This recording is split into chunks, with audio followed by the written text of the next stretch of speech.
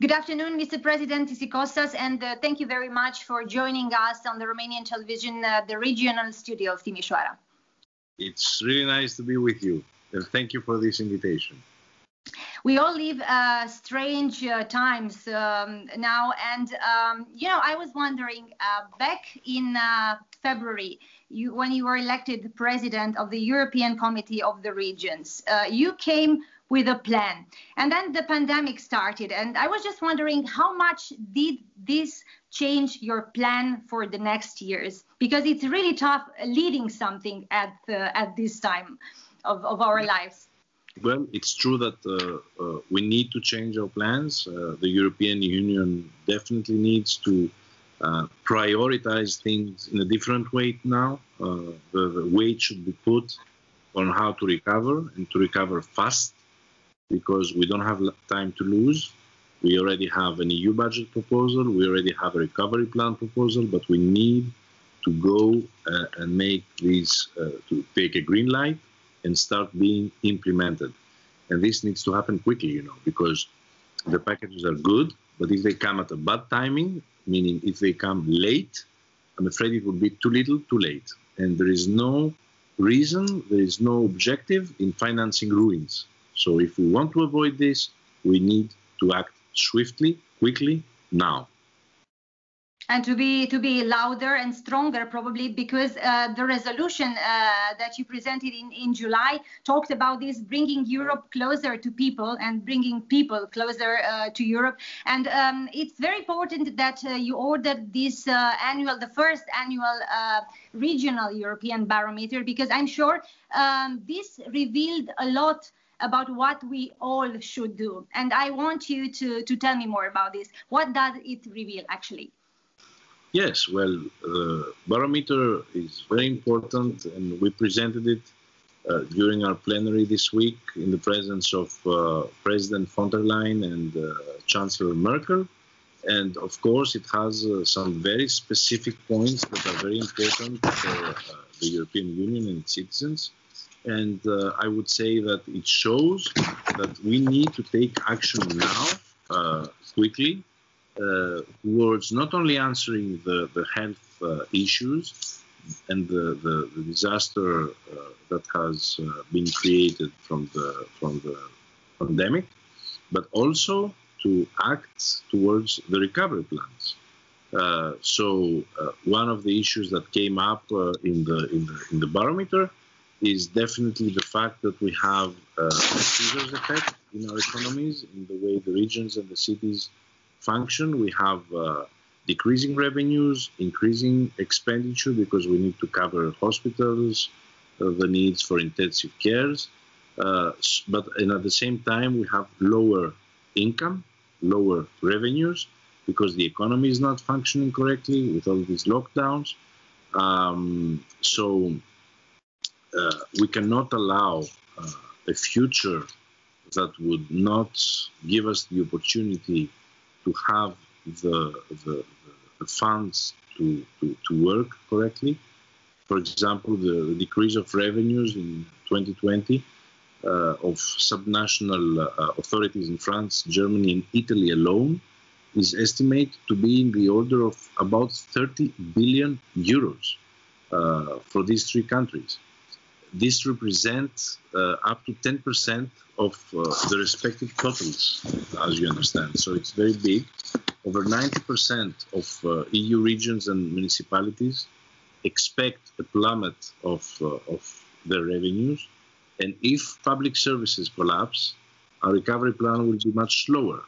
Now, another big danger that we are having during the pandemic is a lost COVID generation. Exactly. This is what I wanted to ask you about, because this is really, really important. And in Romania, we really talk about this, about the children and about the youth.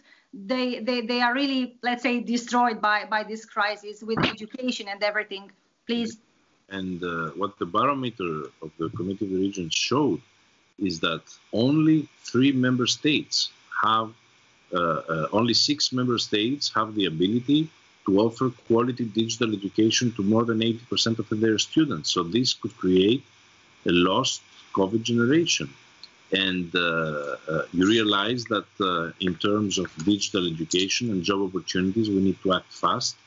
The types of jobs that most involve young people are type of jobs that are connected to digitalization.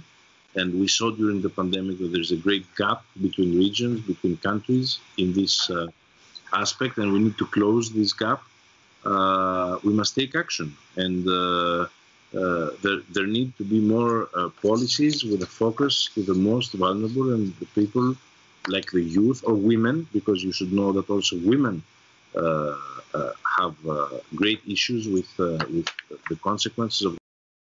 The report shows that the impact of COVID-19 is likely to be higher on women, who make nearly 80% of the EU healthcare profession and similar percentage in other various frontline roles that women have. So it's very important to look at all these issues, and it's true that Romania is very low on this, and we need to face that and try to fix it. You keep saying this, taking action, and it's really important to do that. But practically, how are you going to do this?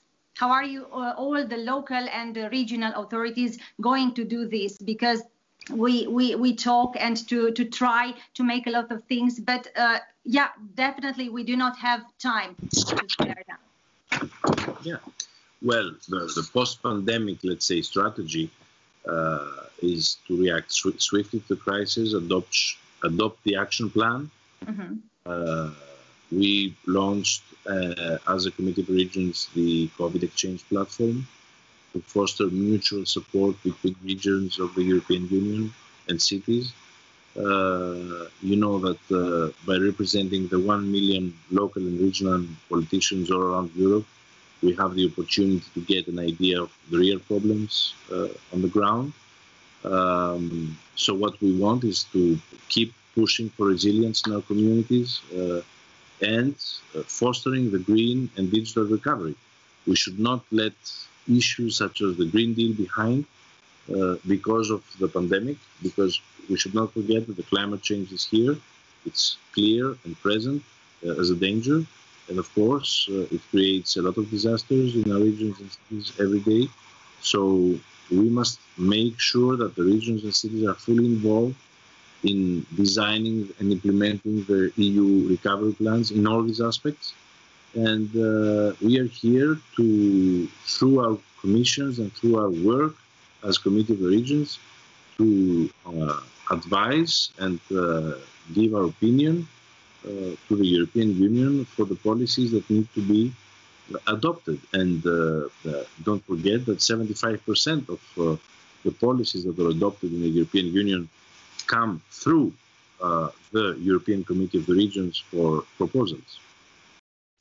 Your special two guests, the President of the Commission and the German Chancellor, they both admitted that you, the local and regional authorities, were in the front line in this battle. And on the other hand, most of the population of Europe also admitted that they trust you most when it comes about trust in authorities, local authorities or national authorities or European authorities. What does this reveal about the attitude of people towards local and regional authorities? Because I think this was a really important figure for you to find out. It is. The opinion poll showed that 52% of the respondents tend to trust local and regional authorities, mm-hmm. which remains today the most trusted level of government overall. Indeed, the only level, if I may add, in which most Europeans trust. So looking to the future, I would say that our polling data shows that 67% of Europeans believe that local and regional authorities do not have enough influence on decisions taken on the EU level. So if you take these two figures, you realize that the citizens are asking the European Union to involve more regions and cities in the process. the Europeans would like to see the local authorities have more influence on EU-level topics, such as health, employment, social affairs, education, training, culture. These are the most mentioned on the opinion poll we conducted. And 58% of the respondents think that giving local and regional authorities more influence will have a positive impact on EU's ability to solve problems. So more and more people seem to be realizing that the future of Europe passes through regions, cities, and villages, not just member states and Brussels. And this is why I have been asking for our democracy, our European democracy, to shift from a two-dimensional level, meaning EU national, to a three-dimensional way of working, EU national and regional local. Right. Let's focus now on Romania, because, of course, we are specifically interested in Romania since Timișoara is in Romania, and I'm sure that you know very well the figures. Some of them were, I have to admit, really surprising for me.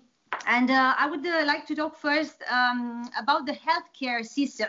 As far as I read, Romania is on the 4th place in healthcare system, which is really amazing to find out. I have to admit. Please tell me more about that.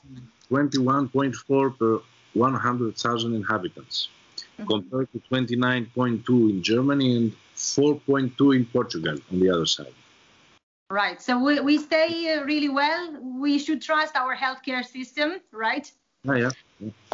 Yeah. You also talked about digitalization, and here is a huge problem for Romania. You talked about the children and the youth, and the fact that they really do not have the proper homeschooling, let's say.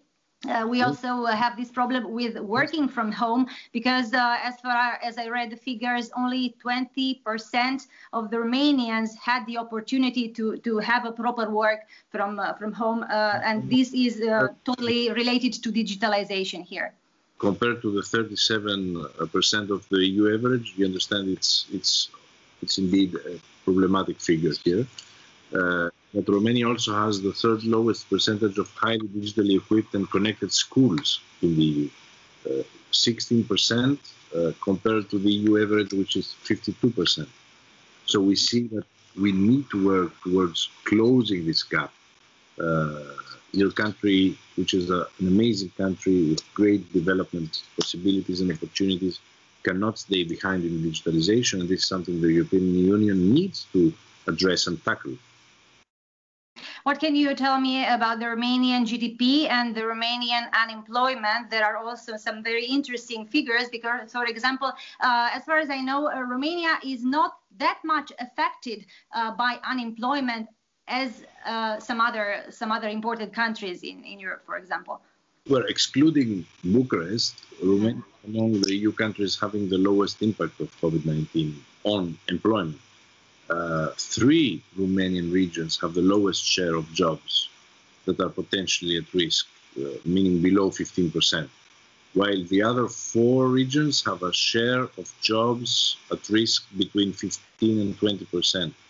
And in the capital city, the share of jobs potentially at risk is very high, and this is something we need to foresee. It's about 30-35%.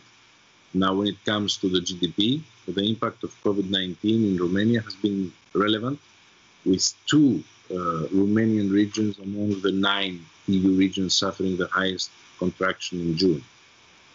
However, in terms of the potential economic impact in the longer term, no Romanian region is among the EU regions with the highest sensitivity, despite high lockdown exposure. I mean, 4 regions show low sensitivity and 4 regions show medium sensitivity to the impact in the economy. So I would say that we need to be careful, but it looks like from our barometer that the impact will be from low to medium in the economy. Did you get the chance to talk to the Romanian regional and local politicians? How did you feel their opinion about this? Yes, we always talk together and we exchange views, and we are ready to work with Romanian local, regional, and national authorities to address all these challenges that I just explained. On the other hand, also in this barometer, the Kantar opinion poll shows something totally different comparing to the rest of Europe, because in Romania, for example, people do not trust the local and regional politicians as much as they trust the national ones. And of course, most they trust the European politicians and the European decisions that have been made in Brussels. What can you tell me about this? Because it's totally different from the rest of Europe, but maybe similar to the Eastern countries in the continent. This is something I think I should be asking you. Why is this figure so low? It's true that after Croatia, Bulgaria, and Cyprus, it's the fourth EU country less trusting local and regional leaders in Europe. It's about 35%. So I guess that this is something that regional and local leaders should follow closely. It's interesting, though, that Romania is the sixth EU country that is most trusting EU leaders, 58%, well above the 47%, which is the EU average. This gives a lot of ground for the European Union to implement policies that would help regions and cities incorporate the trust needed in their way of conducting their everyday work in Romania.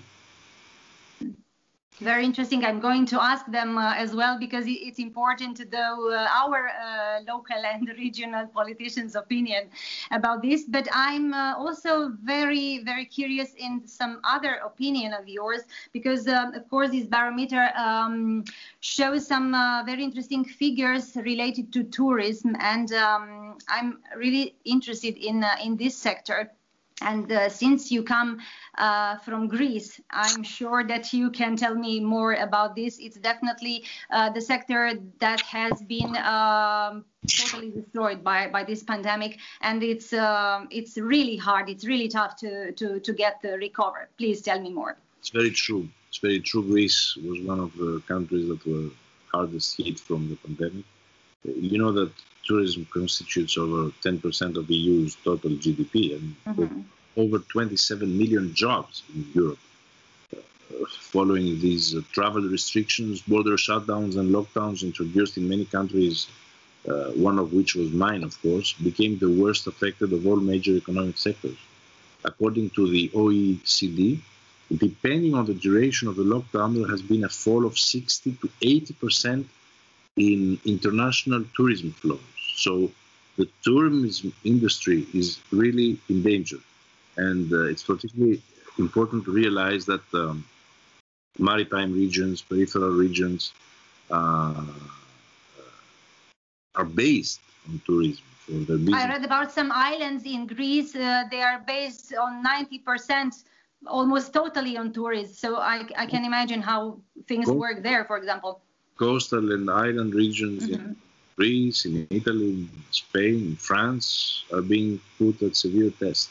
And this is reflected by the fact that they are high in the ranking of regional economies at potential risk. This is one of the findings that has to guide our efforts. We must allocate recovery and resilience funding based on the territorial impact of the crisis. And there are some different types of recovery, especially for tourism, because as far as I read, there are regions that are based on tourism all year long, but there are regions that are based on tourism during the summer or during the winter. Which one is going to recover faster? I think that the regions that are based on 365 days tourism are more likely to recover quickly, because they will have the opportunity to have some income during the winter or the spring or even the fall, whereas other coastal areas where the sun and the sea is the main idea of tourism, they lost their season, unfortunately. With this barometer, of course, I'm sure you have a lot of conclusions, and I just wonder, what is the next concrete step? Because as I heard Commissioner Elisa saying, we must look at the future and not repeating the past. I think this is really important to follow her words. How are you going to follow in the next? How are you going to act in the next couple of months, for example? Well, as I told you, we will keep pressuring for quick funding. So this is the most important, funding, and without having a lot of steps, right? Right allocation of the budget to the real needs of people, and quickly and swiftly. As I said before, and this is what I repeat now by concluding this interview, is that the European Union needs to act quickly. We don't have time to lose, and even though the package is very good on recovery, if it comes at a later point, it could be not enough for what we will be facing. So let's move now, let's move quickly, and let's work hand in hand, regions, cities, national governments, and EU institutions.